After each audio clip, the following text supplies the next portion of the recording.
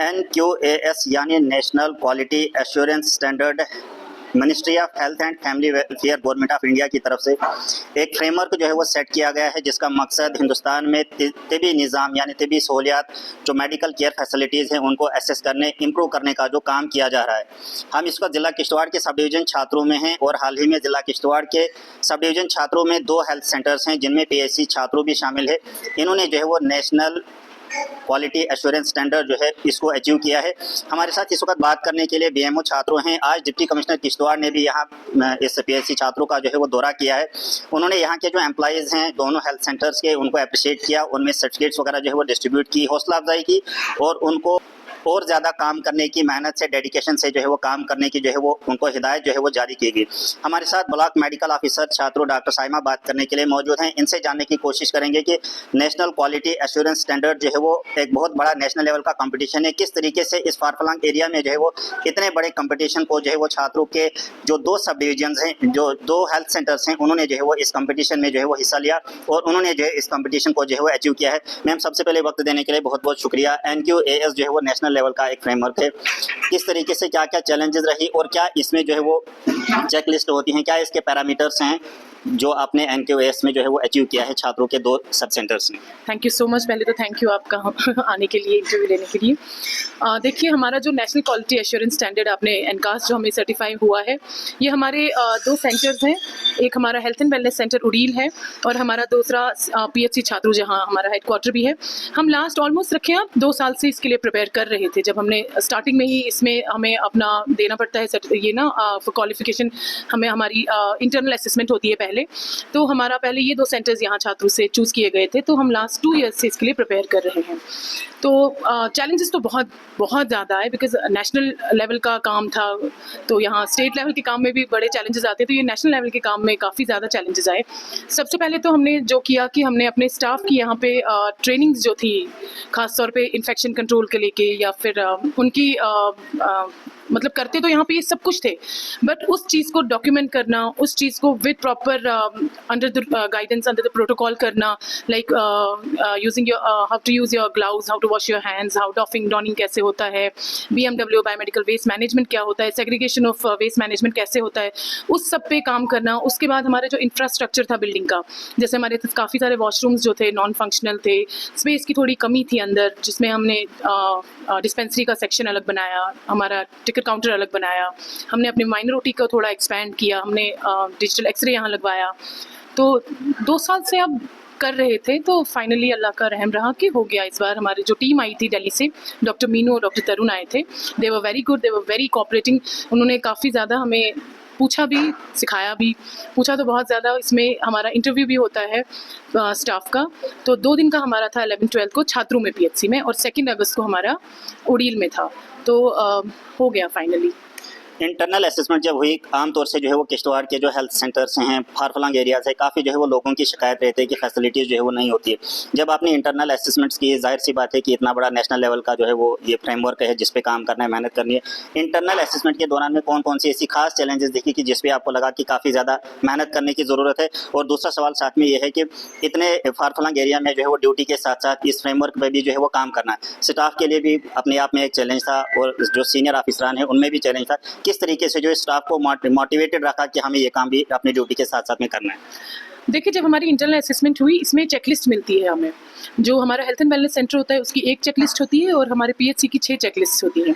तो पहले हम सब ने वो चेकलिस्ट अपने सारे स्टाफ को डिस्ट्रीब्यूट की, जिसके they went through the checklist कि इसमें क्या है, और उसमें हमने गैप फाइंडिंग्स निकालना स्टार्ट किया कि हमारे पास क्या नहीं है और क्या है जो हम और बेहतर कर सकते हैं। जैसे कि आप बता रहे हैं फाफलंग एरियाज़ हैं, फॉर नो डाउट फाफलंग एरियाज़ है, इसलिए 2 साल लगे इतना तैयार करने में एक चेकलिस्ट के लिहाज से।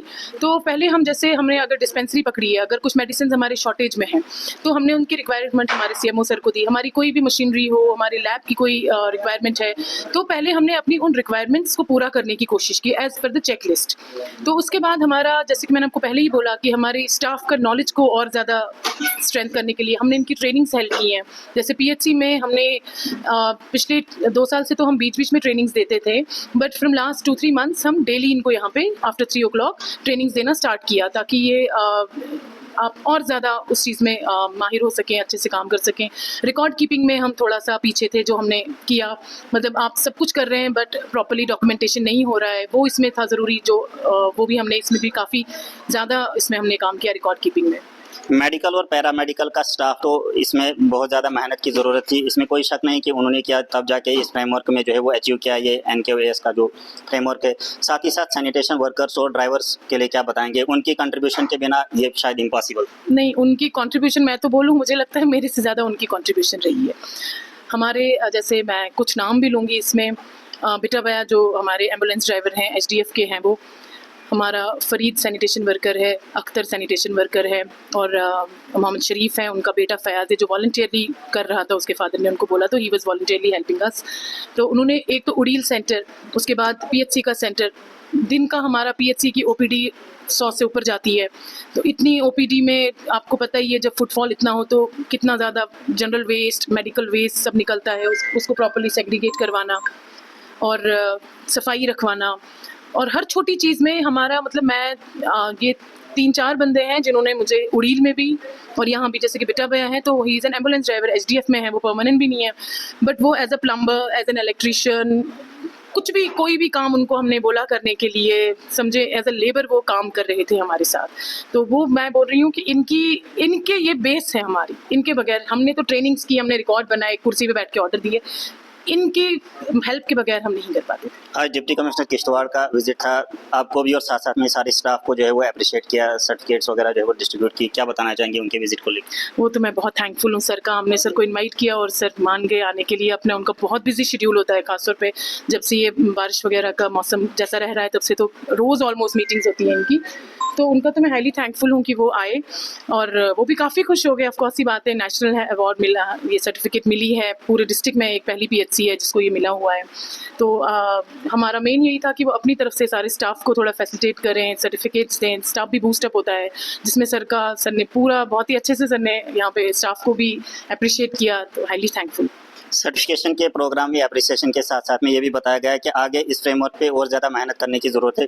क्या आपको लगता है कि PHC छात्रों या जो दूसरे जो हेल्थ सेंटर्स हैं, इनमें कहाँ पे अभी भी जो है वो गैप है, जिनमें मतलब प्रॉपर अटेंशन की और इमीडिएट अटेंशन की ज़रूरत है, फंडिंग में या मैन पावर में या इंफ्रास्ट्रक्चर में? जो सब डिवीजन छात्रों यानी आपके ब्लॉक के जो हेल्थ सेंटर्स हैं, क्या लगता है कि किस जगह पर जो है वो ज़्यादा जो है वो मेहनत करने की अभी भी ज़रूरत है, खास करके फंडिंग में, मैन पावर में या इंफ्रास्ट्रक्चर में? मैन पावर, फंडिंग का तो हम यहाँ वहाँ से कुछ कर ही लेते हैं, कभी कैपेक्स में DC सर से मांग लेते हैं, अभी जैसे MLA सर को भी हमने काफ़ी कुछ किया है, तो यहाँ वहाँ से हम कुछ ना कुछ तो कर ही लेते हैं, मगर मैन पावर की बहुत ज़्यादा इशू हो जाता है। एक सेंटर है, अब एक सेंटर में एक बंदा है, उसको एनकास के लिए बोलोगे तो वो इतनी बड़ी चेकलिस्ट में उस एक बंदे ने डिस्पेंसरी भी करनी है, उसने अपना MCH भी देखना है, उसने OPD भी चलानी है, उसने NCT स्क्रीनिंग भी करनी है, उसने क्वालिटी मैनेजमेंट पॉलिसीज़ भी बनानी है, मतलब it's little hard for a person to do it. तो इसके लिए थोड़ा मुझे लगता है कि अगर मैन पावर ठीक हो, जो हमारी सैंक्शन स्ट्रेंथ है, जो वैकेंट है, वो भी मिल जाए ना, तो वो भी बहुत है।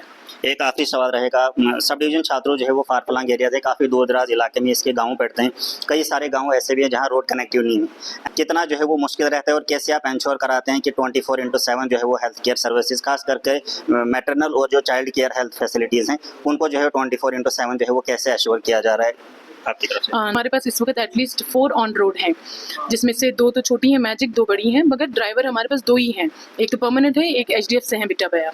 तो और हमारा जो बेसिक स्टेशन है जो इनकी पोस्टिंग का है, दैट इज़ PHC छात्रों, तो इनको हम यहाँ वहाँ और कहीं नहीं रख सकते हैं। तो हमारी जो भी कॉल आती है, वी मेक श्योर कि जैसे ही हमें कॉल रिसीव हो, हमारा 108 भी छात्रों का 24/7 फंक्शन रहता है, तो जैसे ही हमें कॉल रिसीव होती है, हमारे जो ड्राइवर्स हैं वो they are way too active, कि जैसे कोई भी कॉल रिसीव हो नाइट के किसी भी आवर में, दे मेक श्योर कि वो वहाँ पे इन टाइम पहुँच जाएं। अब कहीं रोड बंद होता है या वैसे कुछ रहता है, तो जैसे अभी लास्ट वीक में भी ऐसे ही केस हुआ था, तो हमने ट्रांसशिप करके पेशेंट को उस साइड करवाया, जो यहाँ गगरीमठ में रास्ता बंद हुआ था, तो ट्रांसशिप हमें करना पड़ा, उस साइड भी गाड़ी का इंतजाम करके ट्रांसशिप करके उसको हमने वहाँ पे करवा दिया। और जो सेंटर्स हैं फाफलंग के, ऐसे तो मेरे सारे मैक्सिमम सेंटर्स रोड साइड पे ही हैं, सिर्फ 2-3 सेंटर्स हैं जिनमें रोड की कनेक्टिविटी नहीं है, तो उसमें तो पेशेंट को विद इन रोड तक खुद ही आना पड़ता है। देखिए अभी हमारे पास ऐसा कोई सिस्टम नहीं है वहाँ पे कि हमारा स्टाफ भी एक बंदा हो तो वो खुद तो पेशेंट को उठा नहीं सकता है, तो पेशेंट वो थोड़ा है, एक ड्रॉबैक है। तो उसमें पेशेंट को खुद ही बाई रोड तक आना पड़ता है road, but we make sure कि हमारी एम्बुलेंस जो है जहाँ तक भी रोड है ये पहुँच जाए पूरा। Thank you. तो ये बीएमओ छात्रों डॉक्टर साइमा हमारे साथ बात कर रही थी। इनका कहना है कि एनक्यूएस के इस फ्रेमवर्क में ये जो इसके चेकलिस्ट हैं उनको अचीव करने के लिए तमाम एम्प्लॉयज़ ने जो है वो मुश्तरका कोशिशें की है, मेहनत की है, तब जाके हमने इसको अचीव किया है। इन्होंने कहा कि हम बेशक सब डिवीज़न छात्रों जो है वो फार-फ्लंग एरिया है, दूर दराज इसमें गाँव लगते हैं, लेकिन हमारी हर वक्त कोशिश रहती है कि हम हर एक पेशेंट को जो है वो बेहतर तबी सहूलियात जो है वो फराहम करें।